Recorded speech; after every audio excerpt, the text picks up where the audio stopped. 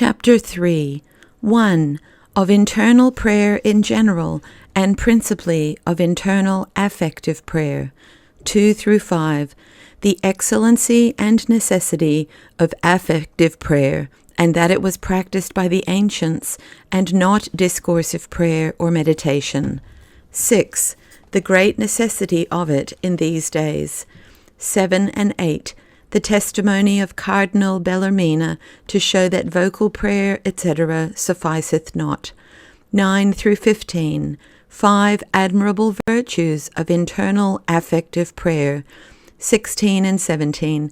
An exhortation to constancy and courage in pursuing the exercise of it. 1. Internal or mental prayer, which is simply and merely such, and which we made the second member in the division of prayer in general, if indeed it be a distinct kind, and of which only we shall treat hereafter, is either 1. Imperfect and acquired, 2. Or perfect, and that which is called properly infused prayer.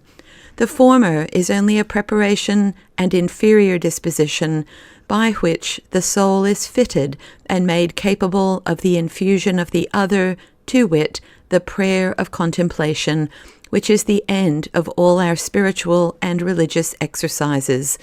I shall therefore, in order, treat of them both, and of their several special degrees, beginning with the lowest, and thence ascending orderly till we come to the highest, which will bring a soul to the state of perfection. 2. But before I come to deliver the special instructions pertinent to the exercise of the several degrees of internal prayer, it will be very requisite, by way of preparation and encouragement, to set down the necessity and excellency of internal prayer in general.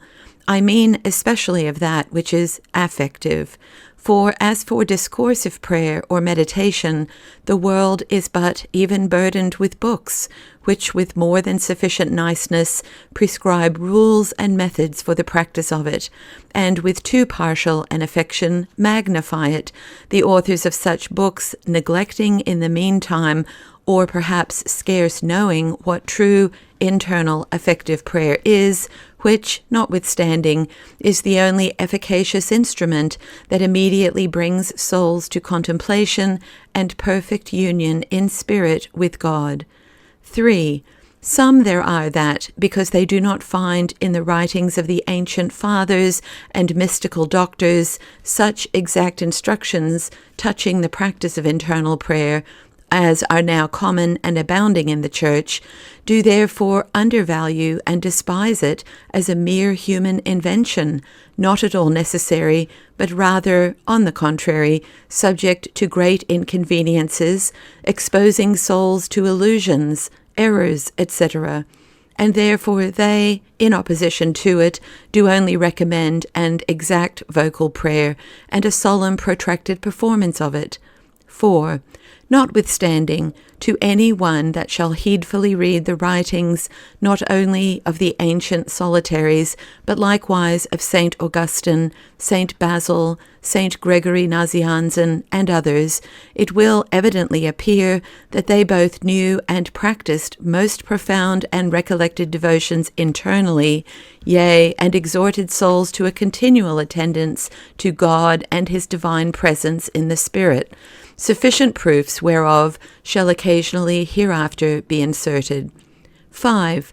True indeed it is that they have not delivered any exact methods for the practice of such prayer, which in those times were not at all necessary, or at least not at all needful to be communicated to the world. For to souls that lived, as anciently they did, entirely sequestered from all worldly business or conversation, in continual laborious and penitential exercises, having no images of creatures to distract their minds, and much less any inordinate affections to creatures to depress them from mounting to spiritual union with God, it was more than sufficient for such to know that their duty and the end of their solitude was to live in a continual conversation with God, suffering themselves to be conducted and managed by his Holy Spirit. To such, All other more nice or particular instructions would have proved but distractive and entangling, and therefore we see that our Holy Father, though he ordained daily conventual short recollections for the exercise of that which he calls pure prayer, yet he neither interprets what he means by such prayer, for all his disciples understood that sufficiently, and much less does he deliver any instructions how to exercise it. 6. But in these days, in which religious persons and others that aspire to spiritual contemplation do either want the means to enjoy, or have not the courage and strength to support, such solitude and austerities, lest the spirit of contemplation should fail in the world, God raised up first in Germany masters of contemplative prayer, as Suso, Harphius, Escius, Thalorus, etc., in former times, and more lately in Spain, Saint Teresa, Saint John of the Cross, etc., who, no question, by the direction of God's Spirit, as the grace of miracles conferred on them may witness, have judged it necessary to supply the want of the foresaid advantages by adding a certain obligation to the daily practice of internal recollected prayer, prescribing orders and times for the performance of it. They have likewise more exactly discovered the degrees and progress of prayer, and, in a word, most earnestly do they exhort souls to a diligent pursuance of it, professing that without it, it is impossible to comply with the essential design of a spiritual or religious life. 7. I will content myself in this place to express the grounds and some of the exhortations of those and other illuminated persons, the glorious instruments of God for the reviving of decayed spirituality in the world, by producing a passage of Cardinal Bellarmine's, which may be applied to this purpose, taken out of one of his sermons in Fer tu rogat, which is this: Ego illud mihi videor verissime posse affirmare, etc. That is, this I believe I may most truly and confidently affirm, saith he, that without a diligent pursuit of internal prayer, none will ever become truly spiritual, nor attain to any degree of perfection. We see many which oftentimes in the year do approach to the sacrament of penance, and, as far as human frailty and infirmity will permit, do with sufficient diligence endeavor to purge away all the stains and uncleanness of sin, and yet they make no progress, but are still the very same that they were, and having been at confession, if a week after they come to the same tribunal again, they bring neither fewer nor lesser faults than such as were formerly confessed. Yea, without offending against truth, I may add somewhat more strange than all this, to wit, that we see sometimes religious persons, and not a few priests, which by their vocation and habits profess sanctity, and moreover do assiduously read divine scriptures and books of piety. They do often, if not daily, celebrate the most holy sacrifice. They have neither wives nor children, but are free from all cares and solicitudes which may distract them from a continual attendance to divine things. And yet, after all this, they are so void of all devotion and the Spirit of God, so cold of divine love, and so earnest in the love of secular vanities, so replenished with impatience, envy, and all inordinate desires, that they seem not one jot to differ from secular persons wholly engaged in the world. Now, the only cause of these disorders is that they do not seriously enter into their own hearts by exercises of introversion, but only esteem and regard the exterior, etc. Thus far are the words and too just complaint of the learned and pious cardinal. 8. This, with very great reason, may be further extended even to those religious who by their profession ought to aspire to contemplation, and being mistaken in the true way thereto, erroneously believing that by an exact performance of outward observances and the solemn saying of the office, adjoining the exercises of such internal discursive prayer, do yet find but little fruit as to any interior reformation or simplification of their souls, by reason that they rest in such active effective exercises, which in a short time to solitary livers lose all their virtue, and do not from them proceed to the truly enlightening exercises of internal affective prayer, which is a prayer of the heart or will, by good affections quietly and calmly produced, and not with the understanding, a prayer made without those distracting methods, or that busying of the imagination and wearying of the soul by laborious discourses, which are only inferior and imperfect preparations to true prayer. 9. Now, to a consideration of the necessity of internal affective prayer, we will add certain virtues, benefits, and preeminences thereof, compared with all other sorts of prayer, either vocal or discursively mental, the which virtues are indeed admirable and inestimable, deserving to be purchased with all the cares and endeavours of our whole lives. 10. The first excellency of internal affective prayer above all other is that only by such prayer our union in spirit with God, in which our eternal happiness consists, is perfectly obtained.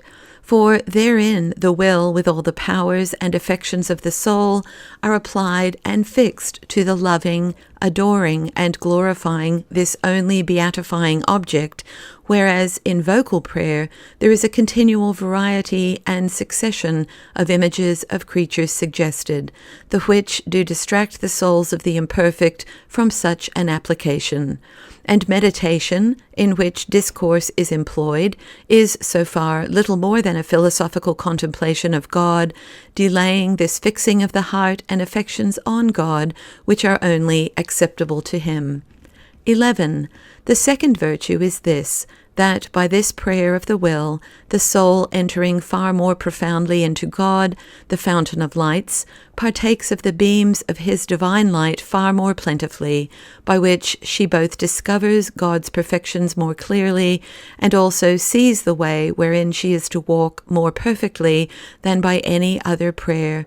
And the reason is because, when the soul endeavours to apply all her affections entirely on God, then only it is that, being profoundly introverted, a world of impurities of intention and inordinate affections lurking in her do discover themselves, and the obscure mists of them are dispelled, the soul then finding by a real perception and feeling how prejudicial they are to her present union in will with God.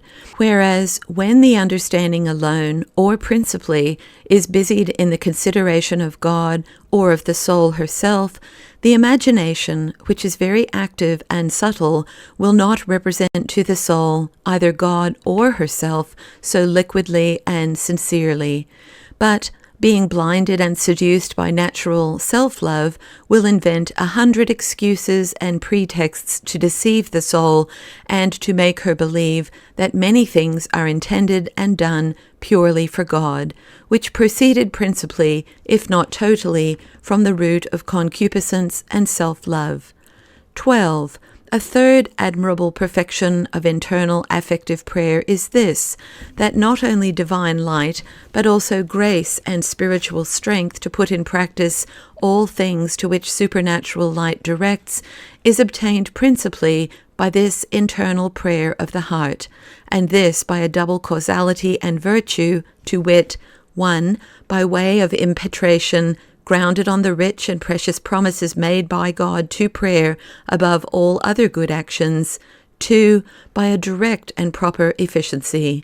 For since all the virtue and merit of our external actions does depend upon and flow from the internal disposition and operations of the soul, exercising charity and purity of intention in them, and conquering the resistance of nature, and since all internal exercises of all virtues whatsoever are truly and in propriety of speech direct prayer of the Spirit, hence it follows that as all habits are gotten by frequency and constancy of exercise, therefore, by the persevering in the exercise of internal prayer, the soul is enabled with facility to practice perfectly all virtues. 13. To this may be added that such prayer is universal mortification, and a mortification the most profound in time and perfect that a soul can possibly perform, entirely destructive to sensual satisfaction, for therein the will forces inferior nature and all the powers of the soul to avert themselves from all other objects pleasing to them, and to concur to her internal actuations towards God, and this oftentimes in the midst of distractions by vain images, during a torpid dullness of the heart, yea, a violent contradiction of sensuality, when there is, according to any sensible perception, a total disgust in the soul to such an exercise, yea, when the spirit itself is in obscurity, and cannot by any reflexed act reap any consolation from such an exercise, such an exilium cordis, such a desertion and internal desolation is a mortification to the purpose, yet as of extreme bitterness, so of unexpressible efficacy to the purifying and universal perfecting of the soul and spirit. Therefore St. Chrysostom, Tract de Oratione, had good reason to say, "It is impossible, again I say, it is utterly impossible, that a soul which with a due care and assiduity prays unto God should ever sin." 14. A fourth excellence of internal affective prayer is that it is the only action that cannot possibly want purity of intention. Souls may, from an impulse of nature and its satisfaction, exactly observe fasts, perform obediences, keep the choir, approach to sacraments, yea, exercise themselves in curious speculations during meditations, or in the exercise of sensible devotion they may comply with self-love, etc., and indeed they have no farther any purity of intention in any of these duties than as they do proceed from internal affective prayer, that is, the will fixed by charity on God. Whereas if any oblique intention should endeavour to insinuate itself into internal prayer of the will, it would presently be observed, and unless it were contradicted and expelled, there could be no progress in such prayer. So that it is not possible to find an exercise either more secure or more profitable, since it is by the virtue of it alone that all other exercises have any concurrence towards the perfecting of the soul. 15. Lastly, affective prayer of the will is that alone which makes all other sorts of prayer to deserve the name of prayer, for were that excluded, meditation is but an useless speculation and curiosity of the understanding, and vocal prayer but an empty sound of words, for God only desires our hearts or affections, without which our tongues or brains are of no esteem at all. Yea, there is not so much as any profitable attention in any prayer further than the heart concurs. For if the attention be only of the mind, that will not constitute prayer, for then study or disputation about divine things might be called prayer. Hence saith an ancient holy hermit, "Nunquam vere orat quis etiam flexis genibus evagationi cordis etiam qualecumque distractildatur," that is, that man does never truly pray who, though he be upon his knees, is distracted with any wandering or inattention of his heart. And likewise the learned Soto, to the same purpose, conclusively affirms, "Orationi mentali decesse non potest attentio cum ipsa attentio," etc. That is, attention cannot possibly be wanting to mental prayer of the heart, since the attention itself is the very prayer. And therefore it is a contradiction to say that one prays mentally and is not attentive, as is of itself manifest, for as soon as ever the mind begins to wander, it ceases to pray. Therefore vocal prayer is only that prayer which may want attention, namely, when the thoughts diverting themselves to other objects, the tongue, without the concurrence of the mind, gives an uncertain sound. And we may add that the attention of the mind, which cannot be separated from discoursive prayer, is little valuable, except it be accompanied with, or performed in order to the causing an attention, as we may call it, of the heart or affections. 16. These inestimable benefits, to which more may be added, as shall be shown, which flow from internal prayer of the will, being considered, a well-minded soul will think no pains too much that may avail to purchase so invaluable a jewel, and religious superiors will esteem that nothing does so essentially belong to their duty as to instruct and further their subjects in the practice of it, according to the counsel of Saint Bernard, docendus est incipiens spiritualiter orare, et a corporibus vel corporum imaginibus cum Deum cogitat quantum potes recadere. That is, whosoever begins a religious course of life must be taught spiritual prayer, and in elevating his mind to God, to transcend all bodies and bodily images. And with just reason did the holy Grecian Abbot Nilus, a disciple of St. John Chrysostom, say, Beata mens quae dum orat, etc. Happy is the soul that when she prays empties herself entirely of all images and forms. Happy is the soul that prays fervently and without distraction. Such a soul increases continually in the desire and love of God. Happy is the soul that, when she prays, does altogether quit the use and exercise of all her senses. Happy is the soul that during the time of prayer loses the possession and interest in all manner of things but God. 17. And indeed, a soul must expect to pass through a world of difficulties before she attain to such a purity in prayer, for as the same author saith, Universum bellum quod inter nos et diamones conflatur non est de alia requiem de oratione.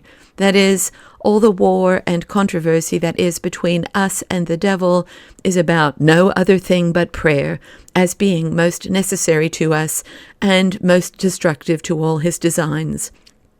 And hereupon a certain holy father, being asked what duty in a religious life was the most difficult, answered, to pray well.